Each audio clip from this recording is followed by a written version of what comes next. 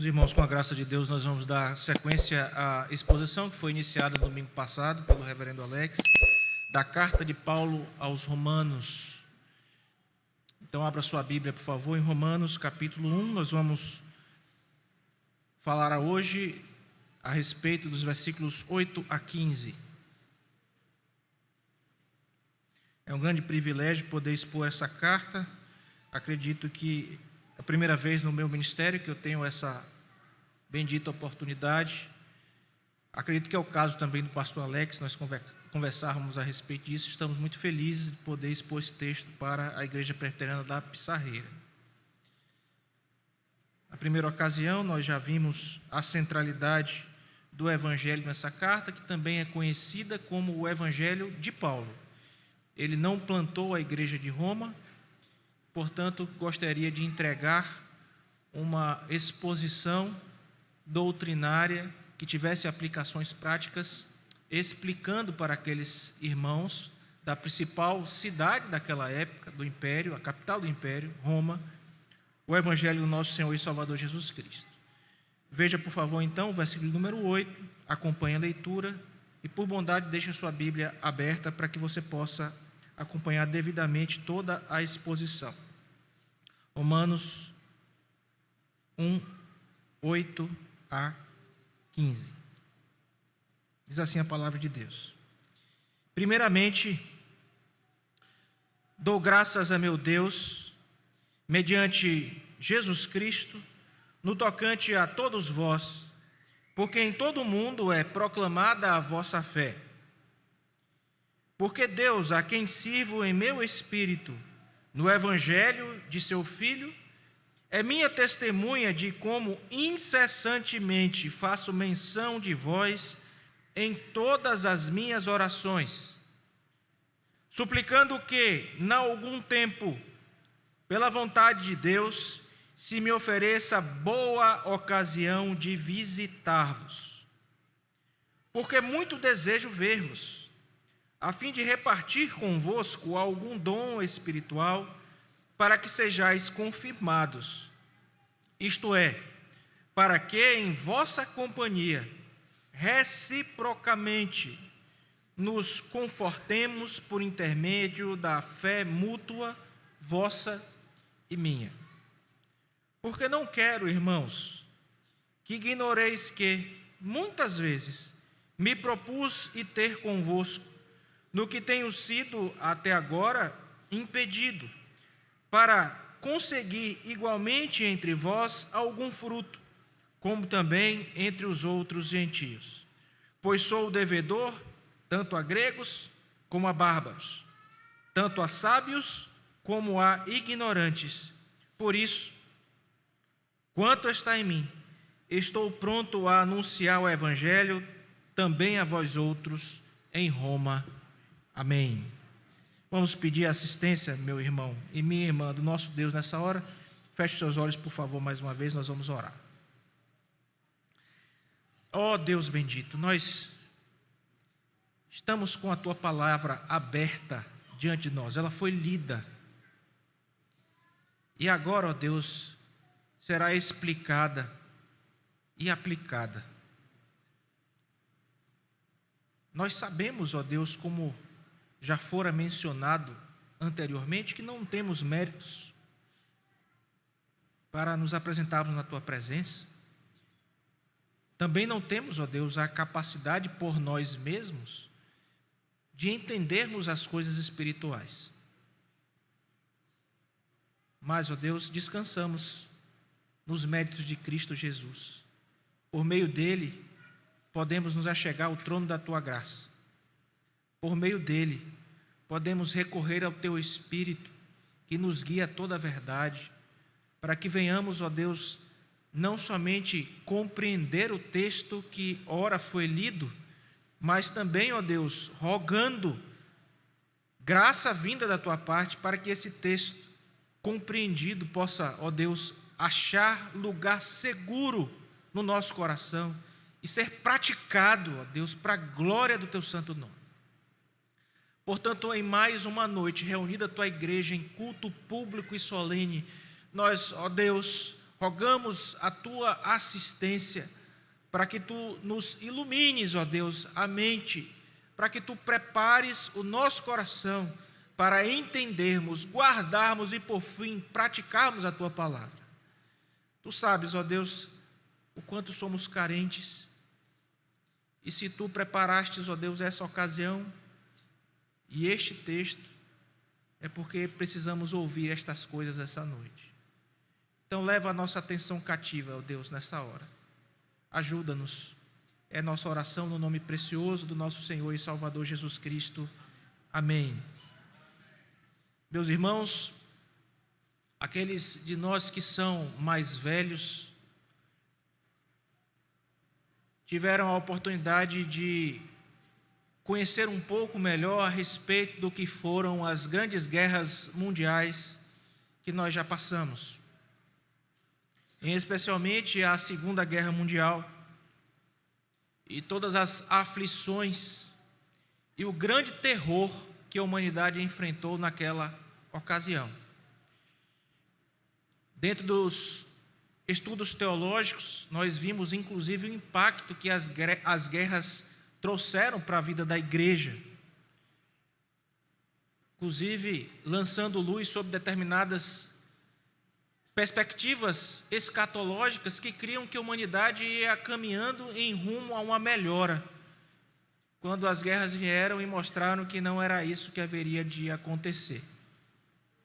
Durante a Segunda Guerra Mundial, especificamente falando, um pequeno vilarejo na França tornou-se um refúgio, meus irmãos, para as pessoas que estavam sendo perseguidas, mortas, assassinadas, das piores formas possíveis pelo regime nazista. Em meio ao terror daquela guerra, ao caos que imperava, a comunidade de Le Chambon se uniu sob a liderança de um pastor chamado André Trocmé. E movidos ali, meus irmãos, pela fé em Cristo Jesus, pelo compromisso com o Evangelho, mesmo sofrendo um grande risco de serem perseguidos, mortos, aquela comunidade da Igreja Reformada Francesa arriscou a sua existência, aqueles irmãos arriscaram as suas vidas para esconder, alimentar e literalmente salvar da morte milhares de judeus e outros perseguidos pelo nazismo. O pastor André Trocmé, da Igreja Reformada Francesa, adotou uma postura muito firme. E ele convocou a sua igreja, auxiliado pela sua esposa, que se chamava-se Magda, à luz do Evangelho, à luz da boa doutrina reformada, a encorajar a igreja daquele pequeno vilarejo, para que se tornasse uma resistência, um refúgio, que tinha por função dar assistência, irmãos, a qualquer pessoa que precisasse de ajuda, independentemente da sua origem e até mesmo da sua religião. Os historiadores nos dizem que cerca de 3.000 a 5.000 judeus, entre outros perseguidos, foram cuidados por aquela pequena igreja, naquela pequena comunidade francesa. Há vários documentos históricos que nos contam a respeito desta ocasião. Os dois que mais se destacam é um livro chamado The Last Innocent Bloodshed, que em português seria algo como Para que o sangue inocente não seja derramado, escrito pelo professor Philippe Allier. Um livro que está disponível, pode ser adquirido por você. Neste livro nós encontramos a narrativa detalhada sobre a vida do pastor André, da sua esposa, da igreja e como eles resistiram no poder de Deus à investida dos nazistas, fazendo o que deveria ser feito à luz do Evangelho do nosso Senhor e Salvador Jesus Cristo. Há um documentário também chamado Weapons of the Spirit, que em português se chama As Armas do Espírito, que foi produzido por um judeu chamado Pierre Sauvage. Esse judeu, irmãos, foi um daqueles que foi salvo naquela ocasião, lá em Le Chambon. E este filme fornece um testemunho pessoal daquele homem que fora salvo, da ação daqueles crentes na vida de todos os que iam sendo resgatados, alimentados, protegidos durante aquela triste ocasião. Ora, irmãos, essa história real contada aqui à guisa de introdução não apenas demonstra um exemplo de extrema coragem, de humanidade e de apego ao Evangelho de Cristo, mas também encapsula profundamente aquilo que Paulo está ensinando nesta porção que nós acabamos de ler, a respeito do Evangelho. Em Le Chambon, nesta ocasião, nós claramente vemos o poder de uma fé que é compartilhada por um grupo, pela Igreja do Senhor ali presente, que se manifesta em gratidão a Deus, em ação mesmo em meio a circunstâncias adversas e altamente perigosas. Nós vemos também claramente a edificação mútua, que se solidifica quando as pessoas apoiam umas às outras em circunstâncias de dificuldade. E vemos também, irmãos, a proclamação diligente do Evangelho, não apenas em palavras, mas sobretudo em ações decisivas, em ações sacrificiais. Ora, meus irmãos, em um mundo quebrado, no meio de uma humanidade decaída, nós precisamos reconhecer que nós temos extrema dificuldade em vivermos, irmãos, os ensinamentos desse texto. Nós temos dificuldades de compartilhar a nossa fé em circunstâncias normais, onde nós não estamos correndo maiores riscos. Imagine se isso fosse levado até o sangue. Nós temos dificuldades, meus irmãos, de edificação mútua em um tempo onde o individualismo impera na sociedade, onde fica mais fácil você tratar de si, da sua casa e os seus irmãos que se virem, ainda mais o próximo, com quem eu não tenho ligação alguma. Nós temos igualmente dificuldades, meus irmãos, em proclamar diligentemente o Evangelho do nosso Senhor e Salvador Jesus Cristo.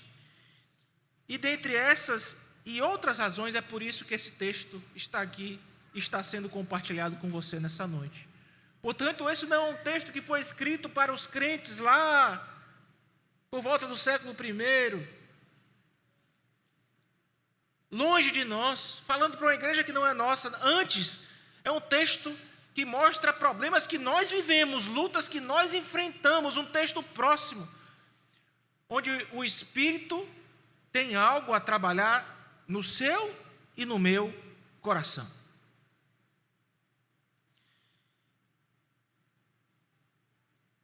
À luz disso, irmãos, a ideia desse texto, a ideia que engloba tudo que esse texto ensina é a seguinte: você pode guardar essa ideia e meditar nela durante a semana. O Evangelho de Cristo nos obriga à gratidão, à edificação mútua e à proclamação diligente. O Evangelho de Cristo nos obriga à gratidão, à edificação mútua e à proclamação diligente. Cada um desses aspectos, irmãos, não é apenas um chamado para que a gente olhe para dentro de nós, mas é um imperativo para que nós possamos estender as nossas mãos, conectando-nos uns aos outros como o corpo de Cristo e ao mundo ao nosso redor, e vivermos este Evangelho bendito que nos alcançou. Nós pretendemos abordar esta ideia em 3 momentos. Olhe para a sua Bíblia, por favor. No primeiro momento, nós veremos que o Evangelho nos obriga à gratidão pela fé compartilhada. Essa gratidão se dá por meio desta fé compartilhada. Você vai encontrar essas verdades nos versículos 8 a 10. E aqui nós vamos explorar como o apóstolo Paulo demonstra gratidão por essa fé dos romanos que era conhecida em todo o mundo. No segundo momento, veja aí por favor, os versículos 11 e 12, nós veremos que o Evangelho nos obriga à edificação mútua. Nesta segunda parte, nós veremos, irmãos, o desejo de Paulo de visitar os romanos para fortalecer aquela igreja através do compartilhamento de algum dom espiritual. Aqui, portanto, ilustrando a importância de nos apoiarmos mutuamente na nossa vida cristã. E no terceiro momento, veja por favor os versículos 13 a 15, nós veremos que o Evangelho nos obriga à proclamação diligente. Aqui nestes versículos, irmãos, finalmente nós abordaremos como Paulo se sentia compelido a pregar o Evangelho do nosso Senhor e Salvador Jesus Cristo, independente do que ele quisesse fazer, do preço a ser pago. Vejamos então a primeira parte do nosso texto, como mencionamos, irmãos. O Evangelho nos obriga a sermos gratos pela fé compartilhada. Isso se encontra nos versículos 8 a 10, que eu passo a ler novamente. Estes versículos nos dizem o seguinte: primeiramente dou graças a meu Deus, mediante Jesus Cristo, no tocante a todos vós, porque em todo o mundo é proclamada a vossa fé, porque Deus, a quem sirvo em meu espírito, no Evangelho de seu Filho, é minha testemunha de como incessantemente faço menção de vós em todas as minhas orações, indicando que, em algum tempo, pela vontade de Deus, se me ofereça boa ocasião de visitar-vos. Até aqui, irmãos. Perceba que este versículo 8, nós vamos proceder à explicação, à ilustração e à aplicação deste primeiro ponto. Perceba que esse versículo 8, irmãos, inicia com uma expressão de gratidão. Que expressão de gratidão é esta? O apóstolo Paulo está tomando por base a prática das cartas antigas. Tanto na sua introdução, ele tomou ali o modelo destas cartas para endereçar uma carta aos crentes em Roma, como fora visto no domingo passado. Ele está tomando este mesmo modelo, meus irmãos, e adaptando para expressar sua gratidão a Deus na pessoa bendita do nosso Senhor e Salvador Jesus Cristo. Ele toma o modelo de uma carta, da carta daquele tempo, onde ele vai mencionar lá destinatários, às vezes a ocasião, o autor, e vai então fazer isso aqui. Ele vai expressar a sua gratidão. O foco é esse. Ele está dizendo que é grato pela fé dos cristãos em Roma, notória em todo o mundo. E obviamente aqui, irmãos, essa notoriedade desta fé é o que deve chamar a nossa atenção. Paulo está louvando a Deus porque a fé daqueles irmãos já era conhecida de outros irmãos em diversos locais. Obviamente que aqui em todo o mundo é uma figura de linguagem, é um eufemismo, para dizer que dentre os cristãos havia pleno conhecimento de que a fé estava operante, desenvolvendo-se, crescendo na capital do império, ali em Roma. Então, irmãos, nesse sentido, a fé deles era bem conhecida de todo o mundo mediterrâneo, destacando-se como um testemunho poderoso no coração do próprio império. Como é bom saber, não é, meus irmãos, que aquela fé que fora desacreditada, começando com homens comuns, iletrados, simples, estava agora espalhada por todos os rincões do Império Romano, atingindo a própria capital e alcançando os corações dos eleitos de Deus. Nós não podemos duvidar do poder de Deus, irmãos, que usa quem Ele quer, inclusive homens simples, como eram os apóstolos, pessoas simples como nós somos igualmente hoje. E aqui, irmãos, Paulo continua, depois de expressar essas coisas nos versículos 8, no versículo 9 e 10, dizendo, olhe para a sua Bíblia e veja, ele assegura os romanos de suas orações constantes. Ele está dizendo aqui que serve a Deus. De que forma? Ele serve a Deus no evangelho de seu Filho. Assim como o reverendo Alex, no domingo passado, mostrou que a ênfase ali era no evangelho de Jesus Cristo. Mais uma vez aqui o evangelho de Jesus Cristo centraliza a nossa passagem, mostrando as obrigações que nós temos à luz deste evangelho bendito, da salvação que temos em Cristo Jesus. E ele está dizendo, olha, eu sirvo a Deus no evangelho do seu Filho. E isso para Paulo, irmãos, implicava uma dedicação total, uma dedicação que mostra, que o apóstolo demonstra em ações, e que ele demonstra, irmãos, fazendo isso também de forma espiritual por meio da sua oração. A palavra grega aqui, irmãos, pneuma, para espírito, usada, sugere uma profundidade aqui no serviço que Paulo estava fazendo. Os comentaristas vão dizer, irmãos, que essa ideia que está sendo passada pelo apóstolo é que o próprio Espírito é que movia o apóstolo e, consequentemente, nós veremos que deve nos mover também a agir de acordo com os imperativos desse texto, com o chamado do nosso texto, para as nossas vidas hoje à noite. Uma profundidade de serviço que é energizada, capacitada, operada em nós pelo Espírito Santo. A menção das orações incessantes reforça aqui esse laço pastoral de Paulo.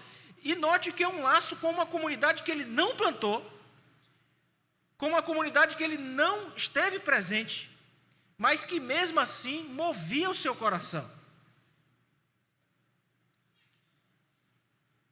Ele não, irmãos, foi responsável pela plantação direta, responsável direta pela plantação daquela igreja. E ele ora para que Deus finalmente abra um caminho para que ele pudesse visitar aqueles irmãos. Isso aqui fica sublinhado nessa expressão, o seu desejo de estar fisicamente presente. E ele queria com isso fortalecer e edificar aquela comunidade. Eu quero contar uma ilustração, explicados nos versículos, que vai ajudar você a entender que o Evangelho nos obriga a sermos gratos pela fé compartilhada. Paulo estava sendo grato por essa fé compartilhada com os crentes, uma fé que estava sendo anunciada. Olha, a fé em Roma é forte e operante. Ele era grato a Deus por isso. Nós também devemos ser gratos pela fé compartilhada, e essa ilustração tem a finalidade de nos ajudar a entender isso. Imagine aí um farol. E obviamente que a função de um farol é irradiar luz através de um vasto oceano. Isso precisa ser visível de um ponto distante, por isso que o farol precisa ser alto, não é verdade? Eu sou lá de Salvador, na Bahia, e um dos símbolos da cidade, um patrimônio histórico da cidade, chama-se Farol da Barra. Eu tenho certeza que se um dia você for em Salvador, recomendo a sua ida, cidade muito bonita, você vai querer visitar o Farol da Barra. Qual é a função do Farol da Barra? Irmãos, era demonstrar, através daquele farol, um rumo. Demonstrar que em determinado momento existem pedras, que até determinado local o navio pode se aproximar, em determinado não deve se aproximar. Não é assim? O farol vai irradiar luz num oceano vasto, para que seja visível de pontos distantes. E interessante, irmãos, como a fé dos romanos estava procedendo deste mesmo modo. E Paulo dava graças a Deus por essa fé que ele compartilhava com os romanos. Uma fé que emanava de Roma, do coração do império, que estava brilhando, servindo como um ponto de orientação, porque procedia da própria capital e procedia, em última instância, do próprio rei, não do imperador, do rei Jesus. Servia de orientação, irmãos, atraía a atenção de todos que estavam buscando direção, sentido em um mundo caído. Irmãos, como o nosso Salvador, aliás, está presente nestes primeiros versículos. Se você olhar para o versículo 8, você vai ver que Paulo expressa gratidão mediante Jesus Cristo. Isso destaca o papel de Cristo como o nosso único mediador com Deus. Através de Cristo nós temos, meus irmãos, acesso ao Pai, e através dele nossas orações são ouvidas, inclusive a nossa gratidão é aceitável a Deus através de Cristo Jesus. Paulo reconhece que qualquer fé genuína, em qualquer comunidade cristã, como a dos romanos, como a da Pissarreira, como de qualquer outra igreja, irmãos, é resultado direto da obra de Cristo Jesus. Obra de Cristo nesta comunidade, nessa igreja local, alcançando os seus eleitos. A fé dos romanos, que é proclamada em todo o mundo, serve como testemunho do poder de Cristo, do poder transformador do Evangelho. Cristo é o fundamento, então, irmãos, dessa oração, dessa intercessão de Paulo. E eu queria, irmãos, ver com vocês justamente isso. Cristo intercede agora mesmo diante de Deus por nós. E Paulo, ao fazer isso aqui, interceder para os irmãos de Roma, está imitando a Cristo Jesus, orando por aquela igreja, da mesma forma que Cristo hoje intercede por toda a sua igreja espalhada sobre a face da terra. Esse primeiro momento do nosso texto, irmãos, nos traz algumas implicações importantes, que eu quero trazer na forma de aplicações para você essa noite. A primeira delas, seja grato pela comunhão da igreja em um nível maior que a sua igreja local. Às vezes a gente é acostumado a olhar só para a nossa igreja, né? Olhar para a nossa comunidade. Esse texto está nos encorajando a sermos gratos pela nossa conexão com outras comunidades da fé, em outros locais. Cada congregação, meu irmão, não importa se é bem localizada ou se mal localizada de acordo com os nossos parâmetros. Não importa se é uma congregação pequena ou grande, se está no interior mais simples ou numa cidade mais proeminente, não importa. Cada comunidade da igreja de Cristo, cada igreja local, é razão da nossa ação de graças diante de Deus. É razão, meus irmãos, de nós termos gratidão ao Senhor por cada irmão, cada irmã e cada agência, entendendo que os nossos vínculos, meus irmãos, em Cristo Jesus transcendem as nossas fronteiras, as nossas barreiras. E como nós vamos ver daqui a pouco, Paulo vai falar até de fronteiras a nível de raça, questões culturais, sociais, nada disso é levado em conta, porque Cristo atinge a todos os seus eleitos, independente destas coisas. A segunda aplicação, irmãos, dessa primeira parte do nosso texto é a necessidade de oração e intercessão ativa. Paulo exemplifica aqui uma vida de oração fervorosa, constante, por outros crentes. É difícil, né? A gente fazer, por exemplo, aqui uma vigília, e na hora de expor nosso pedido de oração, alguém diz, não, quer orar pelo quê, irmão? Eu quero orar pela Igreja Presbiteriana da Bolinha. Para não dizer o nome de uma aqui, preteria as outras. Porque lá os irmãos estão enfrentando isso, isso e isso. E olha que eu estou falando da Igreja Presbiteriana, né? Quem sabe dizer uma denominação, né? Nós queremos orar pelas igrejas reformadas tais em tal país que estão enfrentando uma crise com o liberalismo teológico. Irmãos, esse texto nos mostra que nós precisamos também fazer estas coisas. Nos preocupar e interceder ativamente, irmãos, pela comunidade maior do reino de Deus. Nós devemos então imitar a Paulo e orar regularmente por nossas igrejas locais, pela igreja como um todo, a nível global, e especialmente pelos nossos irmãos em outros lugares que estão enfrentando circunstâncias desafiadoras.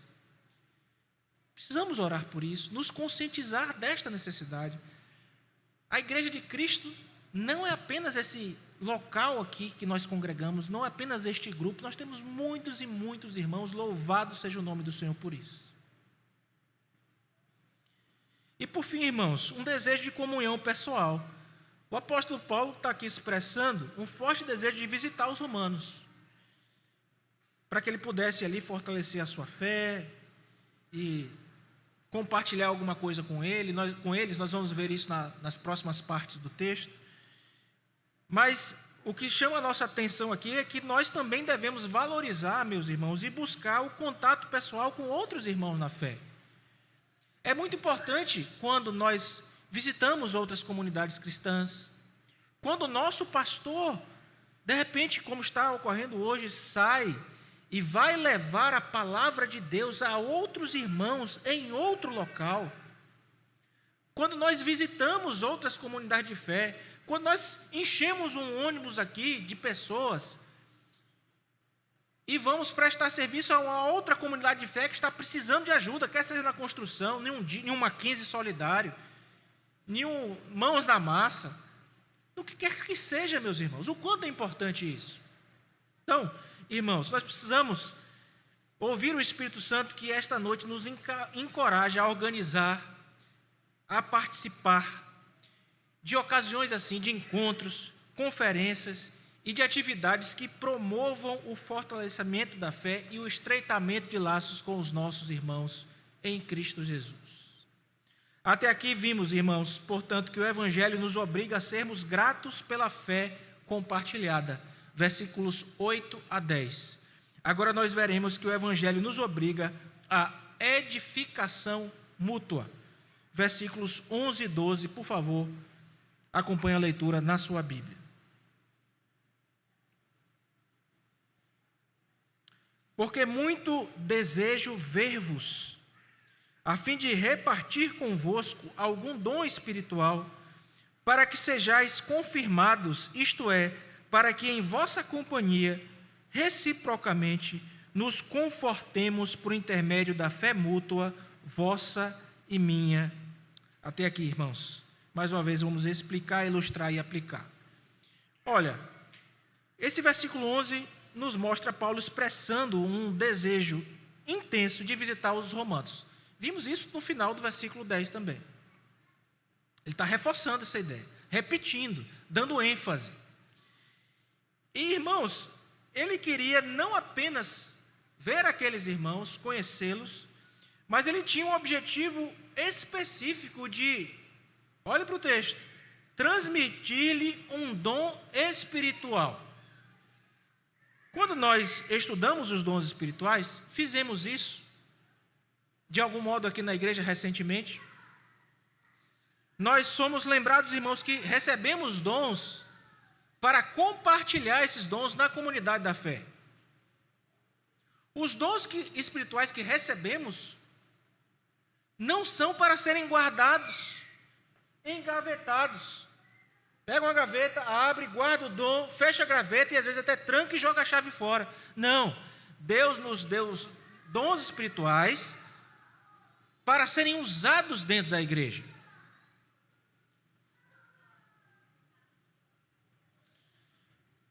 Alguns estudiosos vão trabalhar essa expressão aqui, dom espiritual, irmãos, para dizer que Paulo não estava aqui se referindo a nenhum dom específico, conforme a lista de dons que nós bem conhecemos, ou como, por exemplo, 1 Coríntios 12, encontramos isso por lá.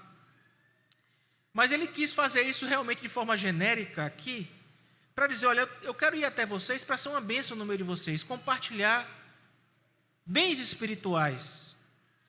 E a ideia de Paulo proceder assim, de forma bem genérica, é porque ele queria, de algum modo, irmãos, intencionalmente ser aqui vago no que ele se referia, para que ele não se sobreposse de nenhuma forma às autoridades locais daquela igreja. Não foi ele o plantador daquela igreja, então ele estava se aproximando com cuidado. Aliás, não é assim mesmo que deve ser feito? Quando você planta uma igreja, e pela graça de Deus, eu já tive a ocasião de plantar uma igreja, juntamente com a minha família. Então você vai falar para a igreja que você plantou, eu fiquei lá 14 anos, do zero, do nada. Era eu, minha família, meus filhos e minha esposa. Alguns irmãos se achegaram depois e a igreja foi plantada. Saí de lá 14 anos depois, igreja firme, consolidada. Se eu chego lá, eu vou ter condições de falar abertamente com aqueles irmãos, intimamente com aqueles irmãos. Não vou ter? Vou ter. Com certeza. Não é assim quando o pastor Sung vem aqui? Ele vem e fala, e nós fazemos o quê? Ouvimos. com atenção. E a fala dele vem revestida de uma autoridade especial, né? Ele é o pai daquela comunidade, o plantador daquela comunidade. Paulo não era assim. Então ele estava falando com cuidado. Olha, eu vou até vocês, eu quero compartilhar algum dom espiritual com vocês. Essa relação ainda era uma relação difícil, porque era uma igreja que ele não fundou. E, aliás, uma igreja que podia estar pensando, poxa, Paulo é apóstolo dos gentios e não veio ter conosco ainda. O que é que está acontecendo? E aqui no versículo 12, olhe para a sua Bíblia, Paulo vai esclarecer que o benefício da sua visita não seria unilateral. Na verdade, irmãos, ele está dizendo aqui que era um enriquecimento mútuo, uma edificação recíproca. Ele seria abençoado, aqueles irmãos seriam abençoados também. E este versículo então destaca a importância de, dentro do corpo de Cristo, cada membro, cada irmão, contribuir para o crescimento espiritual um dos outros. Então, o que é que está acontecendo aqui? Paulo vê a vida cristã como uma via de mão dupla. Eu abençoo Samuel, Samuel me abençoa. Eu abençoo o Tiago, Tiago me abençoa. Tiago tem dons espirituais, chamado específico para ação dentro do corpo de Cristo. Nós nos abençoamos mutuamente, porque eu também tenho meus dons e o meu chamado. O mesmo com Samuel, o mesmo com Laísa, o mesmo com Cacau e com cada um de nós aqui. Eu quero contar uma ilustração de que você ser salvo, conhecer o Evangelho de Cristo, obriga você a edificação mútua. Meu irmão, você não foi salvo à toa. Você não foi resgatado à toa. Você não recebeu o Espírito à toa, sem razão nenhuma. Imagine aí uma rede de dormir. Aliás, eu fiquei impressionado, porque nós nordestinos gostamos de rede, né? E, aliás, o baiano tem a fama no Sudeste que gosta de rede, mas eu não vi ainda um povo que goste mais de rede do que o pessoal aqui do Piauí. Não vi. Eu achei tão bonito no acampamento que eu fui dos jovens da primeira igreja, na primeira ocasião que eu estive aqui. Eu entrei no acampamento dos jovens, lá da primeira igreja, e olhei assim, aquele vão, né? E eu digo, esses meninos vão dormir aonde? Vão trazer esteira? Vocês lembram o que é esteira? Aquela esteirinha de palha? Vão trazer colchonete? E aí alguém que estava comigo, não, pastor, vai todo mundo dormir na rede. E aí, de noite, quando as redes já estavam todas postas, você chegava na janela, aquele janelão do quarto e via um monte de rede de várias cores. Eu achei tão interessante aquilo. Devia ter tirado uma foto para guardar a recordação. Agora imagine aí você costurando esta rede. Nós temos até irmãos hoje aqui que estão trabalhando com rede. Recomendo a compra, tá? Das redes nas mãos dos irmãos. Bonitas as redes deles, viu? Imagine aí você tendo que costurar uma rede. Tecida à mão. Meu irmão, cada fio individualmente falando, quando tecido com os outros, vai fortalecer a estrutura, né? Eu acho que, aliás, esse é o medo quando a gente olha para uma rede, né? A gente olha para a rede, aí toca na rede assim, será que os ganchos estão certos ali, né? Será que essa rede vai aguentar meu peso? E tem rede para todo peso, não tem, irmãos? Alguns de nós vai precisar de uma rede mais especial, né? Mais fortalecida, outros mais magrinhos, qualquer rede dá conta. Mas veja, quando o tecido está ali sendo feito, cada fio individualmente vai servir para fortalecer a estrutura toda. Que ilustração preciosa, irmãos, porque da mesma forma, cada crente, ao contribuir com sua parte única para a igreja, para a comunidade da fé, ajuda a construir uma comunidade mais forte, firme, uma comunidade de apoio, onde há segurança, irmãos. Paulo e os romanos, cada um com suas experiências e dons, haveriam de, segundo a vontade do apóstolo, então ali estarem juntos, para que eles pudessem se fortalecer um ao outro. Mais uma vez, Cristo está presente nesses versículos, irmãos. Primeiro, porque Cristo é o doador de todo o dom espiritual. Paulo nos vai ensinar isso na carta aos Efésios também, no capítulo 4, versículos 11 e 12, dizendo que o Espírito de Cristo comunica dons à sua igreja. E Cristo faz isso, irmãos, ele nos capacita com esses dons para o nosso fortalecimento e para a nossa edificação mútua. Então, se você tem dom espiritual e não usa, o que é que vai acontecer em última instância? O seu irmão é que vai sofrer. Porque se você é mão e não está fazendo serviço de mão, o corpo precisa da mão. E se a mão não está operando, o corpo todo vai sofrer, porque a mão não está fazendo o que não deveria. Não é verdade? Eu gosto de basquete. Tem um jogador chamado Joel Embiid, ele é um pivô grandão de um time chamado Philadelphia 76ers. Está jogando lá os playoffs. Ele está com uma síndrome chamada síndrome de Bell. O olho dele não está respondendo. O olho dele, ele quer que o olho fique aberto, o olho estava fazendo o quê? Fechando. Ele noticiou recentemente isso. Irmão, se o olho não está funcionando, todo Joel Embiid vai ficar com um problema, porque ele não está enxergando, porque o olho não está fazendo o papel do olho. Está doente o olho. É assim também comigo e com você. Deus lhe deu dons espirituais, o que é que você está fazendo com esses dons? O Evangelho nos obriga, irmãos, a essa edificação mútua. Nós fomos salvos para glorificar a Deus através das nossas vidas, e uma das formas pelas quais nós fazemos isso é servindo aos nossos irmãos de acordo com os nossos dons espirituais.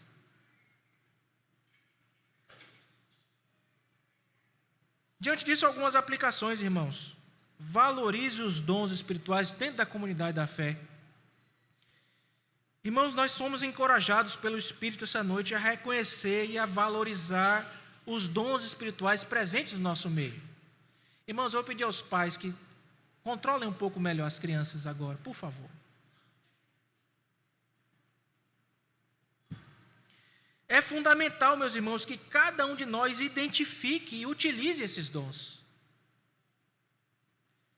A Bíblia diz assim: procurai com zelo os melhores dons. Isso é para o nosso benefício, não apenas, irmãos, esperando receber. É tão ruim quando se percebe que as pessoas só querem receber. Isso é tão ruim.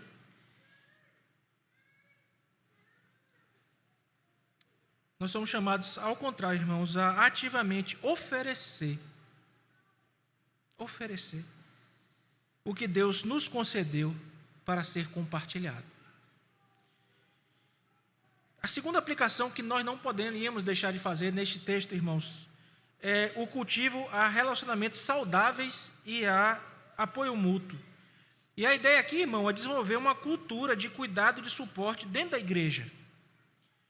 Encorajar os membros a estarem disponíveis, quer seja para o apoio mútuo mesmo, em momentos de necessidade, para nos apoiarmos aqui, irmãos, para cuidarmos uns dos outros, quer seja também, irmãos, apoiando outras comunidades de fé, e até mesmo as pessoas que não estão em Cristo Jesus. Celebrando juntos os momentos de alegria, mas também em meio às tristezas, cuidando uns dos outros. Então, irmãos, essa cultura de apoio fortalece a cada um de nós individualmente e fortalece também a nossa comunidade, e em tudo isso Deus é glorificado. Até aqui nós vimos que o Evangelho nos obriga, em primeiro lugar, a sermos gratos pela fé compartilhada, e em segundo lugar, a edificação mútua.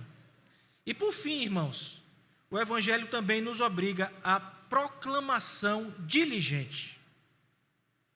Essa verdade se encontra nos versículos 13 a 15, eu convido que você, mais uma vez, acompanhe a leitura da palavra de Deus, que diz assim: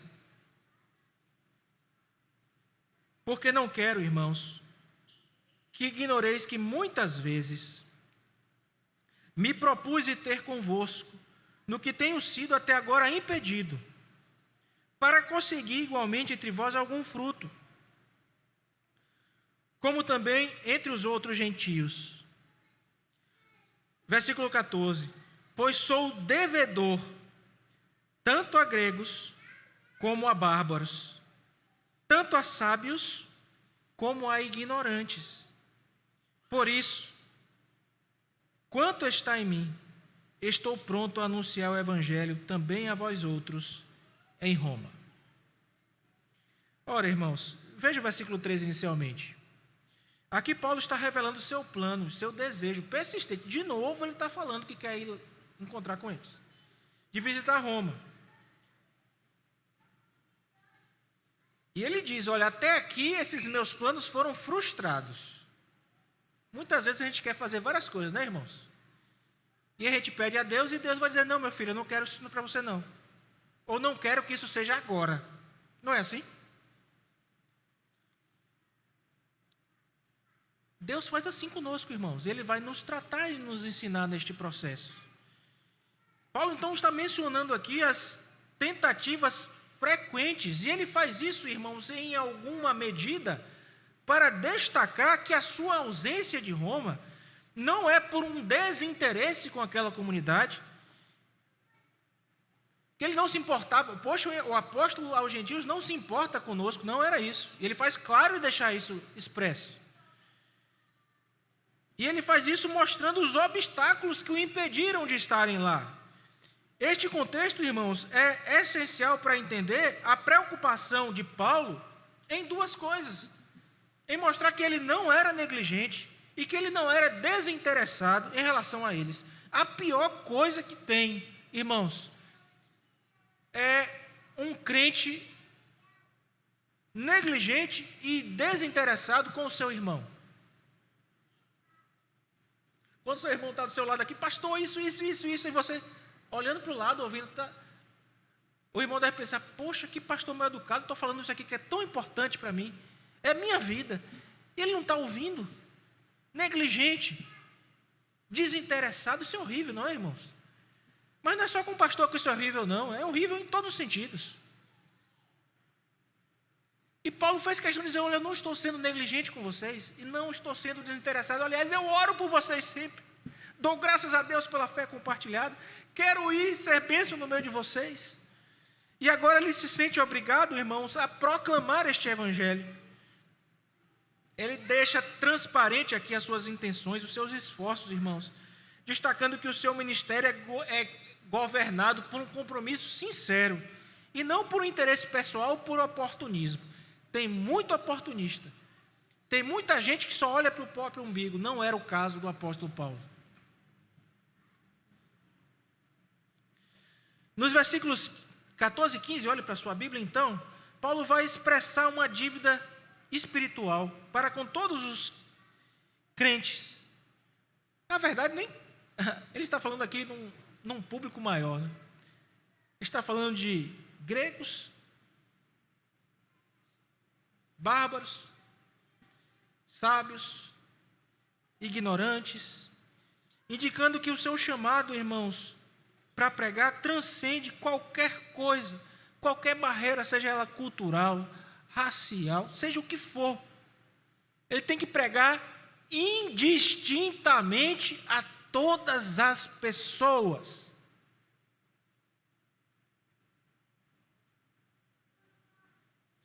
E esta obrigação, irmãos, não é uma dívida convencional, não. No caso de Paulo, muito especialmente, foi uma imposição de Deus mesmo, uma obrigação. Ai de mim, se não pregar o evangelho. Essa obrigação, essa dívida imposta por Deus deriva do seu encontro com o nosso Senhor e Salvador Jesus Cristo e sua nomeação como apóstolo aos gentios. A sua prontidão em pregar o evangelho em Roma e o seu zelo, irmãos, pela prática evangelística está firmada nisso. São motivados por esse profundo senso de dever, refletindo aqui, irmãos, a necessidade de proclamar universalmente o evangelho, refletindo a responsabilidade de compartilhar esse evangelho amplamente a todas as pessoas. Cristo, mais uma vez, está presente nestes versos. Ele, irmãos, é o motivador da nossa missão. Paulo expressa aqui essa forte sensação de obrigação para com todos, pregar para judeus, para gregos, para sábios, para ignorantes, para quem quer que seja. E aí, de repente, alguém poderia dizer, eu acho que o pastor está forçando muito esse texto, dizer que o Evangelho nos obriga a determinadas coisas. Obriga sim. Porque a semelhança de Paulo, irmãos, nós fomos comissionados por Cristo Jesus, que nos deu instrução inequívoca da nossa obrigação para com o Evangelho.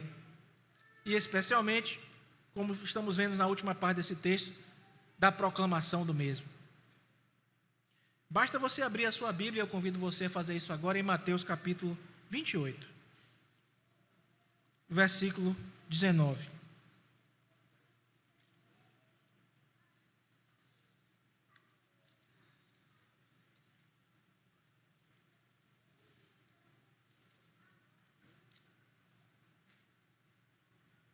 Versículo 18, irmãos, para ler todo o texto. Nós vamos ler uma só voz, todos juntos, pausadamente esse texto. Mateus 28, 18 a 20, que nos diz assim, leiamos.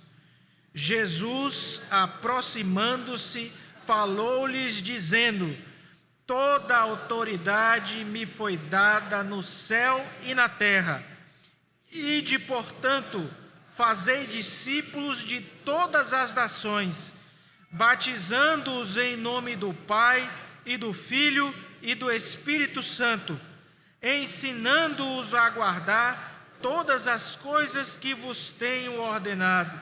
E eis que estou convosco todos os dias, até a consumação dos séculos. Amém. Ora, meus irmãos, esse texto aqui nos mostra claramente que Cristo está comissionando somente o apóstolo Paulo, somente os pastores, somente os presbíteros,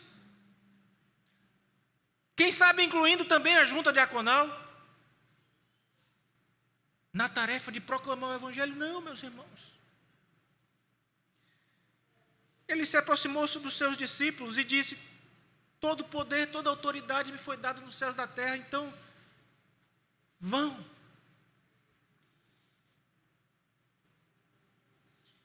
E enquanto vocês vão, façam discípulos. E aqui a ideia forte do texto. Enquanto vocês estão aí, no seu dia a dia, vivendo a vida de vocês, façam discípulos de todas as nações, batizem eles em nome do Pai, do Filho e do Espírito Santo, ensinem a eles a guardar todas as coisas que eu vos tenho ordenado. Evangelho é discipulado, irmãos, é proclamação de quem Cristo é acompanhamento destes que vão sendo convertidos, tarefa de todo crente. Esse mandato também é nosso, portanto. Cristo é um exemplo dessa diligência, irmão. Durante todo o seu ministério terreno, ele proclamou o reino de Deus nas sinagogas, nas ruas, nas praças, ensinou a tempo e a fora de tempo.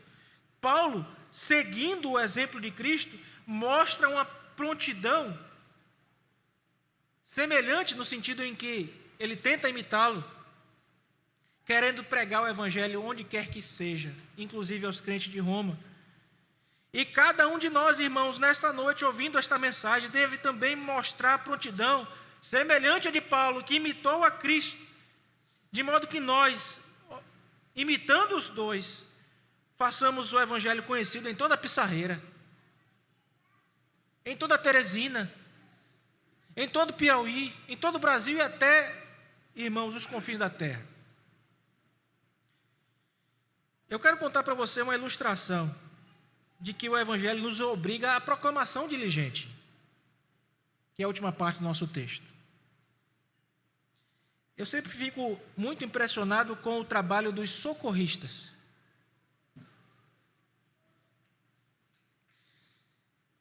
Os médicos, estão se formando e alguns deles vão fazer estágios no SAMU.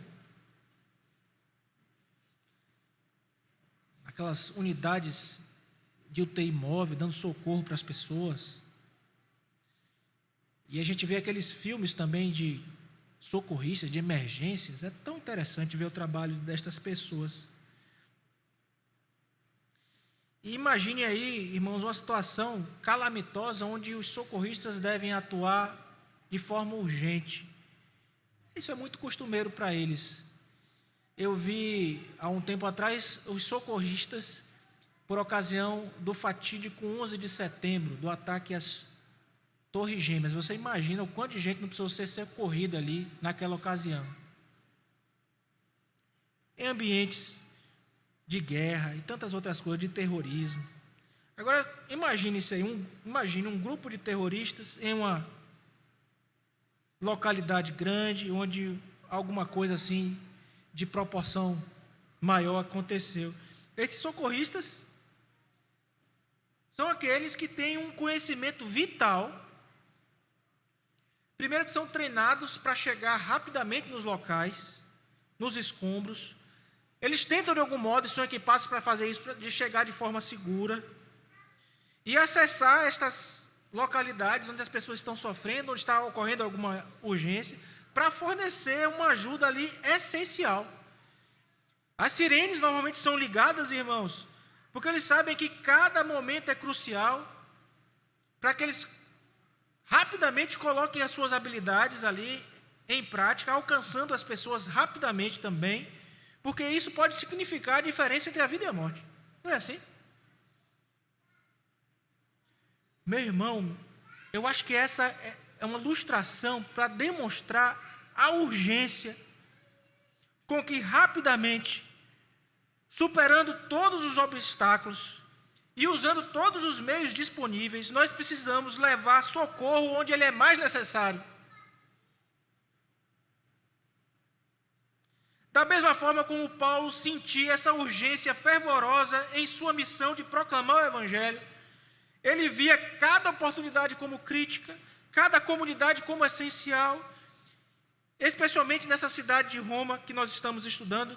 Para Paulo, o Evangelho, então, era ali, irmãos, como que esse conhecimento vital para prestar socorro às pessoas ali.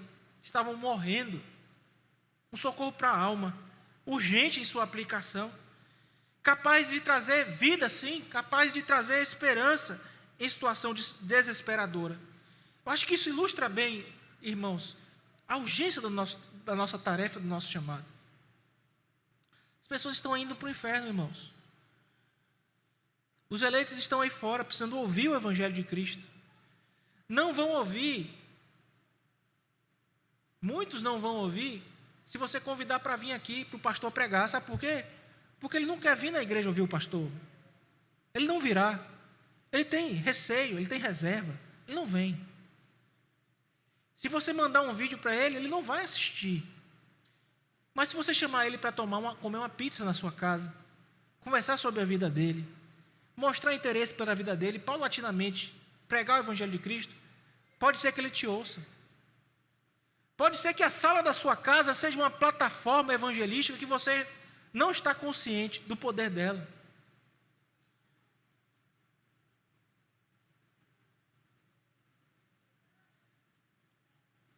Irmãos, não tem como não trazer uma aplicação aqui nessa última parte do nosso texto, relacionada ao compromisso com a evangelização e com o discipulado.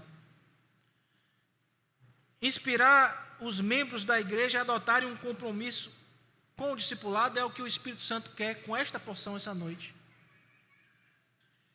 Você possa, meu irmão, entender a importância da evangelização, entender igualmente que cada um de nós tem um papel a desempenhar na disseminação do Evangelho. Se você está na sua faculdade, você é um agente do Evangelho na sua faculdade. Se você está no seu colégio, você é um agente do Evangelho no seu colégio. Se você está no seu emprego, você é um agente do Evangelho no meio dos seus colegas de emprego. E por aí vai, você é crente, servo de Cristo, pregador do Evangelho em todos esses locais. Pregar o Evangelho não se limita aos líderes eclesiásticos, irmãos, mas é um chamado para todos nós, crentes em Cristo Jesus, que recebemos a grande comissão. Segunda aplicação, a nossa responsabilidade é universal. Nossa responsabilidade não é só com o bairro que a gente está, não é só com Teresina, não é só com Piauí, com o Brasil, mas é até os confins da terra. A responsabilidade de compartilhar o Evangelho transcende as nossas divisões étnicas também, raciais. Esta igreja é fruto de um ministério transcultural. Irmãos, um cidadão da Coreia, para pensar, um cidadão da Coreia veio parar no Piauí, em Teresina, na Pissarreira. Porque Deus queria chamar os seus eleitos que moram aqui. Louvado seja o nome do Senhor. Que coisa maravilhosa. Assim é conosco também. Onde é que Deus tem te colocado para que os eleitos do Senhor sejam chamados? Às vezes é mais perto. Às vezes a viagem é mais próxima do que Coreia, Brasil. Às vezes está na rua aqui do lado, na avenida ali da frente, num bairro da cidade. Irmãos, assim como Paulo sentiu uma dívida para com todos, nós devemos ver a humanidade inteira como nosso campo missionário. E aí, eu não posso ir, você ora. Eu não posso ir, você investe. Sustenta missionário. Irmãos, missionários, hoje, dentro da Igreja Presbiteriana do Brasil, é uma coisa triste. Porque os irmãos lutam pelo sustento. Você pensa assim, as agências nossas, APMT, etc., não bancam, não sustentam o missionário. O missionário vai para a África, para Angola. Chega lá, vai ser missionário. Você está pensando que a APMT paga um salário, uma congra pastoral? Não. O missionário tem que ir igreja após igreja pedindo, por favor, me sustentem que eu preciso ir pregar o Evangelho.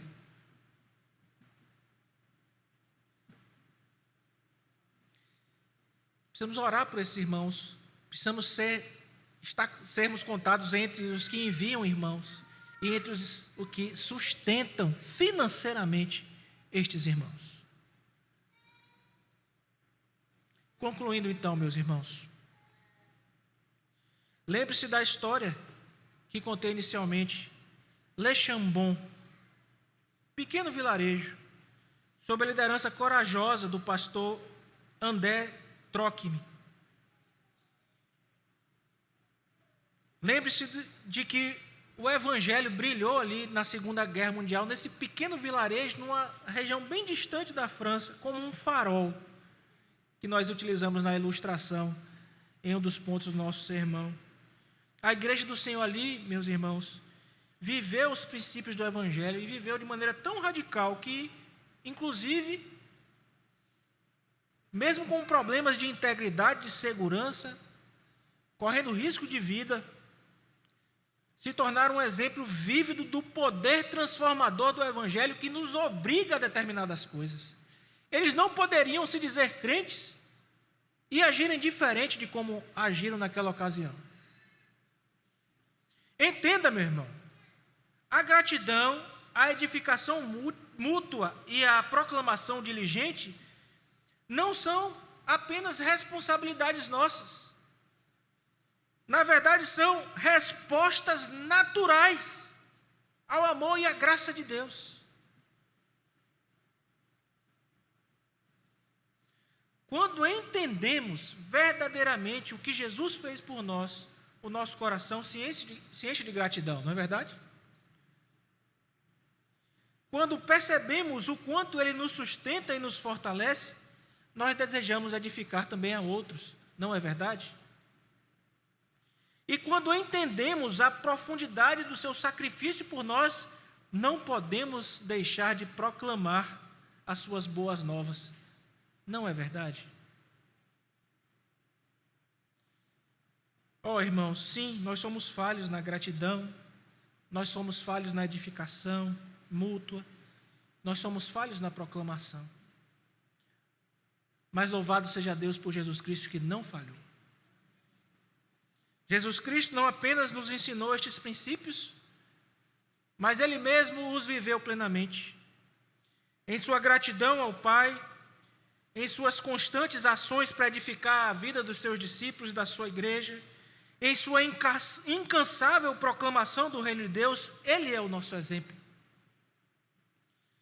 E finalmente, irmãos, sua morte nos demonstra claramente aqui o ápice de tudo isso, da gratidão expressa, da edificação da comunidade, da proclamação do amor de Deus. E a boa notícia é que, ainda que sejamos falhos nestas três coisas, agora que estamos nele,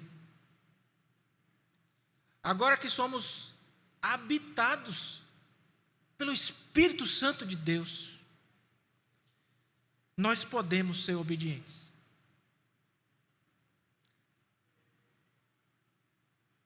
Não pela nossa força, pelo nosso poder, mas pelo poder de Cristo que opera em nós. Pelo poder do Espírito Santo. Nós podemos, irmãos, ser chamados e obedecermos a esse chamado. Nós podemos sim ser uma igreja que entende o Evangelho e que vive o Evangelho. Encerro aqui, portanto, com um chamado, para que você reflita sobre como pode proceder, irmão e irmã, com estes princípios no seu cotidiano. Que a nossa gratidão por Cristo Jesus nos inspire, portanto, a edificar uns aos outros, a proclamar a sua mensagem com diligência e com amor. E que Ele mesmo, Cristo, nosso Salvador e modelo, nos capacite a viver segundo o seu Evangelho, que tão poderosamente nos foi confiado. Amém.